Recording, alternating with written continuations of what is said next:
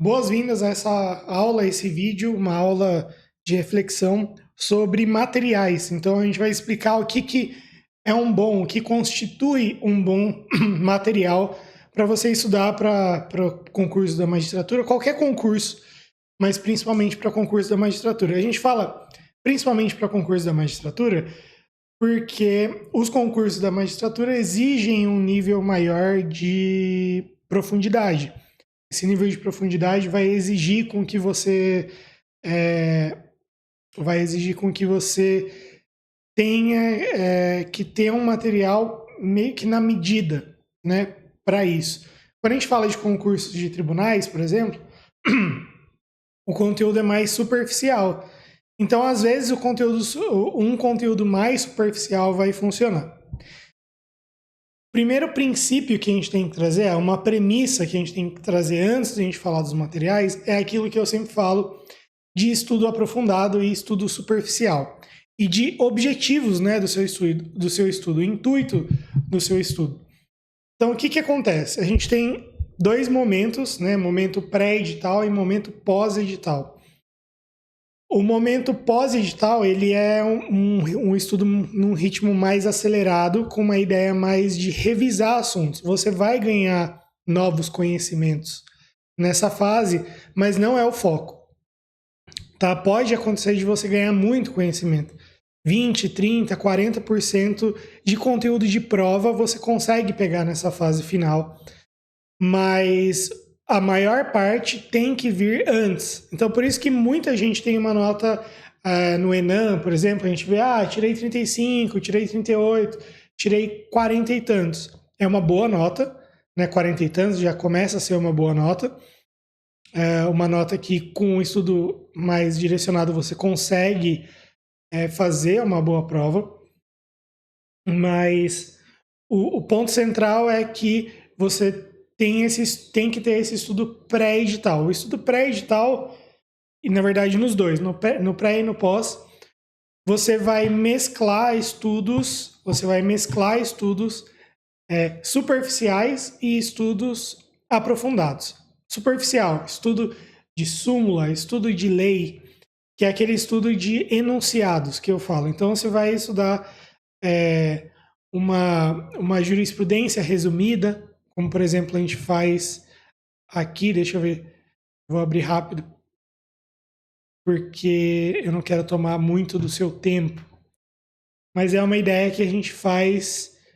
Vou pegar o informativo do STF, que é mais legal, né? Então é mais ou menos o que a gente faz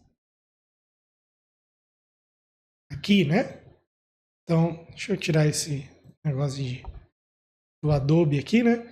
Então, é inconstitucional resolução do Senado Federal que, a pretexto de cumprir 5210 da Constituição, suspende a execução de dispositivos legais estaduais que não foram expressamente declarados inconstitucionais por decisão definitiva do STF, extrapolando os limites da decisão judicial.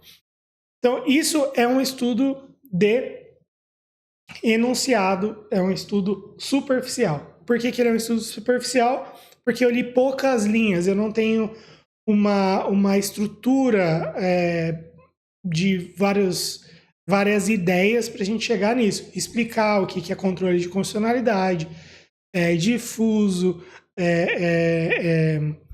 incidental, abstrato e todos os outros conceitos que vêm até a gente desaguar no 5210, que é o controle realizado pelo legislativo aqui nesse exemplo, né? Ou, de outro lado, se a gente fosse falar de competências, separação dos poderes, né? Poderia entrar esse conteúdo aqui, né? Então, veja que esse conteúdo também é o estudo de lei e também é o estudo de súmulas e teses de repercussão geral.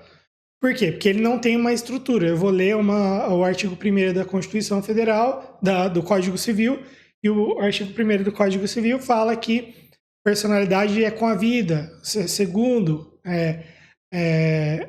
que tem os direitos do nascituro, são resguardados os direitos do nascituro. Então, são coisas superficiais que você passa do artigo 1º para o artigo 2º sem nenhuma estrutura e sem nenhuma reflexão. Aí o que eu falo? existem dois jeitos de você mitigar esse estudo rarefeito e tornar ele um pouco mais robusto, que é, por exemplo, no estudo de jurisprudência, fazer exatamente isso que está aqui na tela.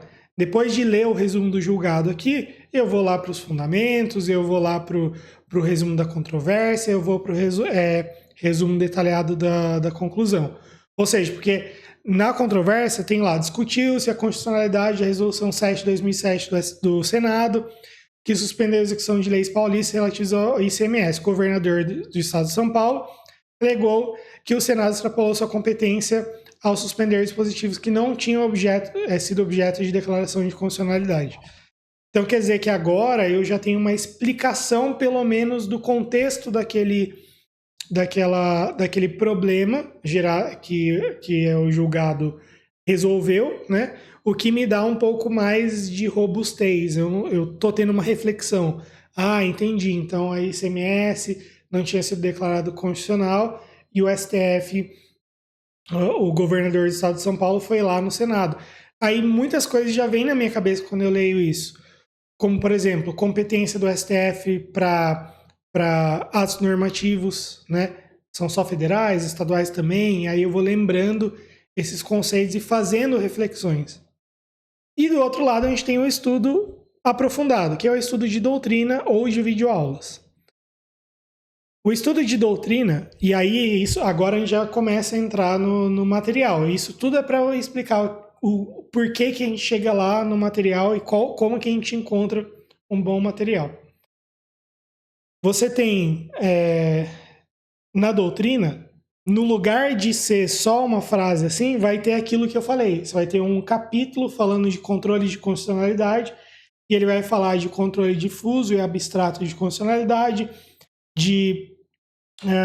vai ter controle incidental, controle pela via principal, controle prévio e repressivo, prévio pelo Poder Judiciário, Legislativo, Executivo, repressivo também por esses poderes, como se dá cada figura, né?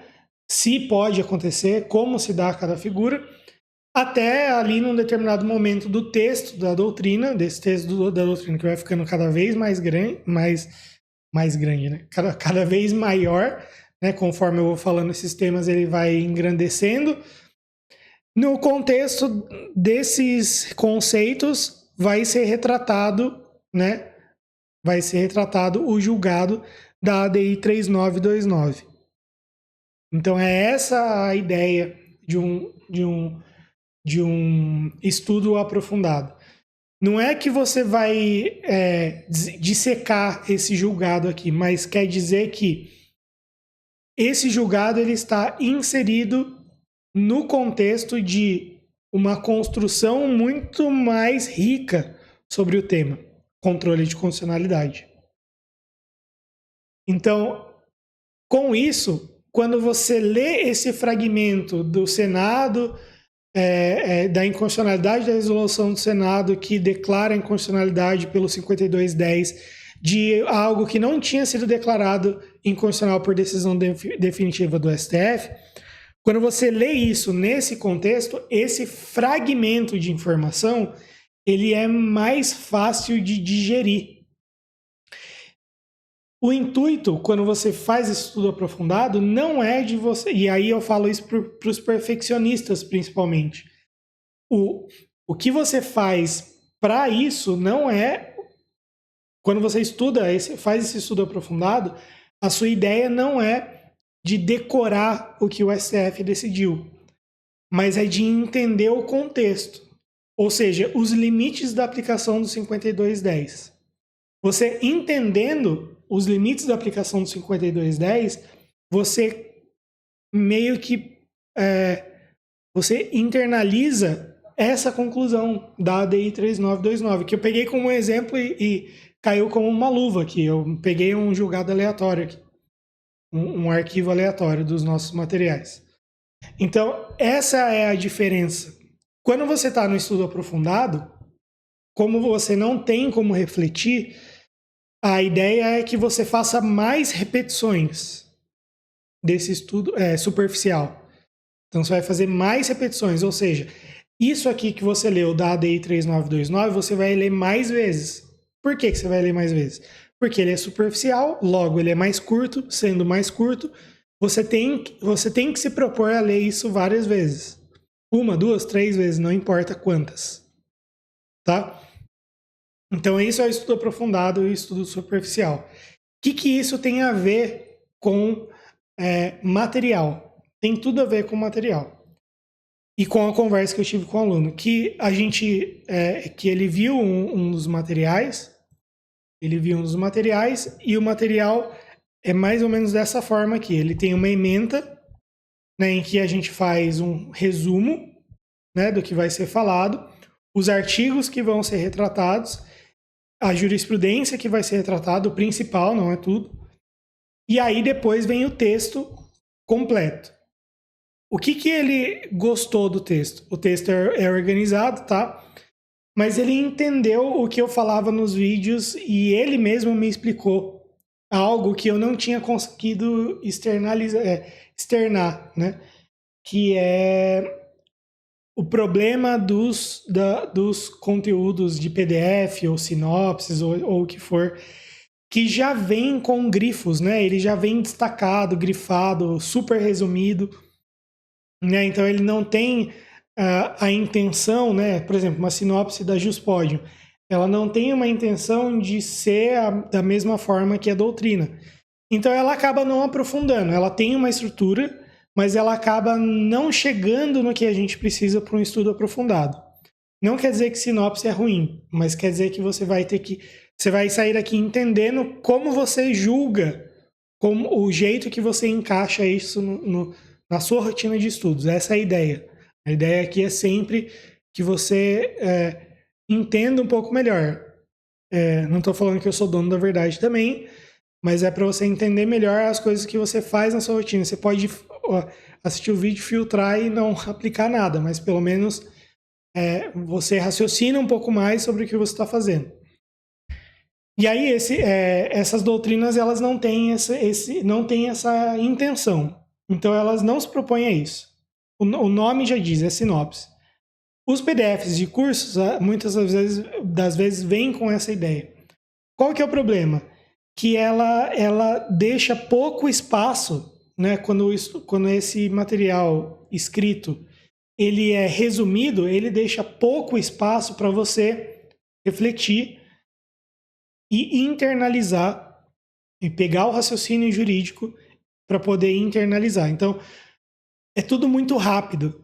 Então, de organização administrativa, que é o exemplo aqui, a administração do ponto de vista orgânico, do ponto de vista objetivo, direta, indireta, desconcentração, descentralização, que são coisas básicas, mas são coisas que você precisa entender.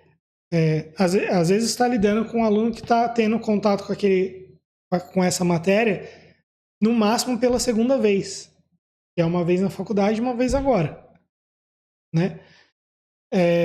Isso se teve, né? Eu, por exemplo, não tive contato com esse tipo de conceito na faculdade.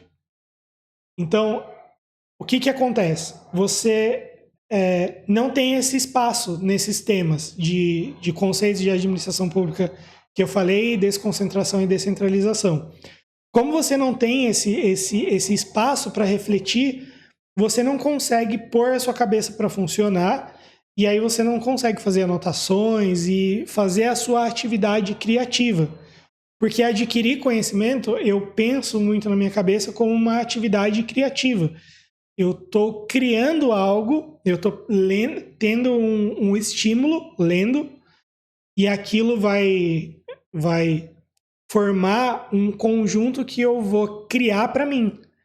Eu não vou internalizar o que está escrito no livro do jeito que está lá. Primeiro, porque é impossível você lembrar todas as palavras na ordem.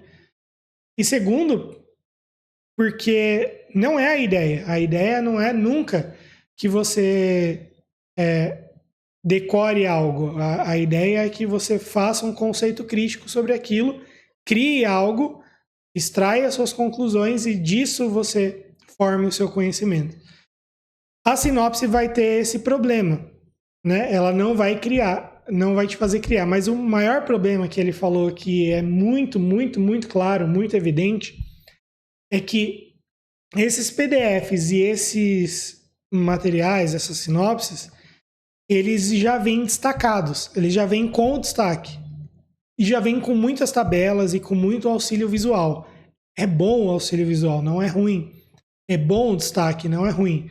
Mas quando em excesso, quando em excesso, você acaba perdendo essa parte importante da construção de conhecimento, que é você ter reflexões. E o excesso ele vai acontecer principalmente quando você tem um negócio muito resumido e aí tudo é destacado. Não tem nada que fica fora de destaque. Então, toda frase do livro, toda frase do PDF, ela é super importante. Tão importante que você se vê na intenção de decorar aquilo. Quando o livro ou o texto ele é feito de uma forma mais expandida, você tem espaço para criar conclusões. E as conclusões vão ser onde você vai destacar, anotar e aí formar o seu conhecimento. Então tem uma diferença sutil aí e uma diferença importante. Não quer dizer que as sinopses elas devem ser descartadas ou os PDFs devem ser descartados. Por exemplo, quando a gente tem matérias periféricas, né, direito internacional, direitos humanos, você não faz o estudo aprofundado em tese. Você começa pelo estudo superficial, porque a sua ideia não é se tornar mestre naquela matéria. Por exemplo, para a magistratura do trabalho, em direitos humanos, você vai responder 2, 3 questões. Então, não é essencial que você leia uma doutrina de 1000 e tantas páginas, como é direito internacional e direitos humanos, para responder 2 questões. Porque aí é uma questão de escolha do que é mais importante para a sua performance. Né? Porque a gente nunca pode perder de vista isso, que é a performance na prova. Então, as sinopses elas são importantes para matérias periféricas. E as sinopses são importantes também quando você faz um segundo ciclo de estudos. Então, no primeiro ciclo de estudos, você vai pegar uma doutrina, por exemplo, de direito constitucional. E na sua segunda passagem, né, você vai pegar seus materiais, o que você resumiu, suas anotações.